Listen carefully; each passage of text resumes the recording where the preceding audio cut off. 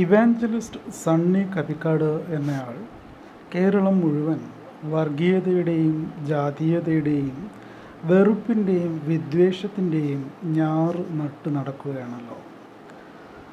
പട്ടികജാതിക്കാരനല്ലാത്ത ഇയാൾ പട്ടികജാതിക്കാരൻ്റെ വേഷം കെട്ടി ഇതര സമുദായങ്ങളിൽ ജനിച്ച പൗരന്മാരുടെ ദേഹത്ത് ചെളി വാരി എറിയുവാൻ ശ്രമിക്കുന്നു.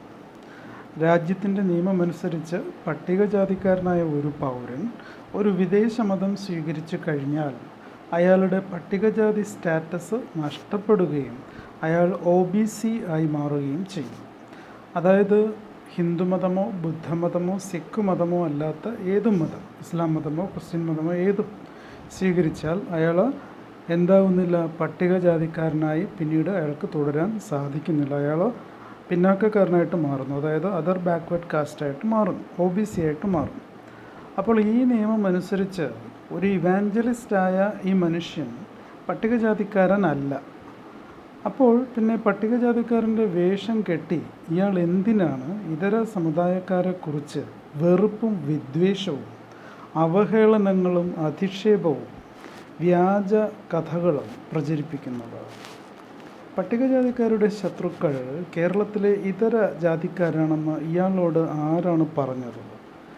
ഇത് ഇയാളെ ആരാണ് പഠിപ്പിച്ചത്? ഈ മനുഷ്യൻ എന്തിനാണ് ചരിത്ര സത്യങ്ങളെ മൂടിവെച്ച് ചരിത്ര സംഭവങ്ങളെ ദുർവ്യാഖ്യാനം ചെയ്തും ചരിത്രത്തെ വളച്ചൊടിച്ചും സമൂഹത്തിൽ വിഭജനവും കലഹവും അന്തഛിദ്രവും ഭീതിയും ഭയവും ഉണ്ടാക്കുന്നത്? എന്താണ് ഇയാളുടെ ലക്ഷ്യം? ആർക്ക് വേണ്ടിയാണ് ഇയാൾ സാമുദായിക സ്പർദ്ധയുടെ തെങ്ങോലപ്പായമിടയുന്നത്? ആർക്ക് വേണ്ടിയാണ് ഇയാൾ ഒരു കുട്ട നിറയെ വിദ്വേഷത്തിൻ്റെ കളിമണ്ണ് തലയിൽ ചുമക്കുന്നത്? ഇയാൾ സ്വന്തം മക്കളെയും ചെറുമക്കളെയും സ്നേഹിക്കുന്നത് പോലെ തന്നെയാണ് ഇയാളാൽ അവഹേളിക്കപ്പെടുന്ന സമുദായങ്ങളിലെ മനുഷ്യർ തങ്ങളുടെ പെൺമക്കളെയും ചെറുമക്കളെയും ഒക്കെ സ്നേഹിക്കുന്നത്. അത് ഇയാൾ മനസ്സിലാക്കുന്നില്ല. ഇയാൾ പറഞ്ഞു നടക്കുന്നത് കേരളത്തിലെ നായർ ഉൾപ്പെടെയുള്ള പൊതുവിഭാഗം ജനങ്ങൾക്ക് 100 വർഷം മുമ്പ് വരെ അപ്പൻ ഇല്ലായിരുന്നു അത്രേ. ഇയാളുടെ ഇരകൾക്ക് നീതി കിട്ടില്ലേ? ആരുടെ ഏജൻ്റായിട്ടാണ് ഇയാൾ പ്രവർത്തിക്കുന്നത്? കേരളത്തിലെ ജനസംഖ്യയുടെ 17% വരുന്ന നായർ സമുദായത്തെ ഇയാൾ ടാർഗറ്റ് ചെയ്യുന്നു. അവരെ മനഃശാസ്ത്രപരമായി വംശഹത്യ ചെയ്യുവാനും അമനുഷ്യവൽക്കരിക്കുവാനും, അതായത് ഡീഹ്യൂമനൈസ് ചെയ്യുവാനും അന്യവൽക്കരിക്കുവാനും വ്യാജ വിവരങ്ങൾ പറഞ്ഞ് അവരെ തിന്മയുടെ ഉടമസ്ഥർ എന്ന് വരുത്തി തീർക്കുവാനും ഇയാൾ ശ്രമിക്കുന്നു.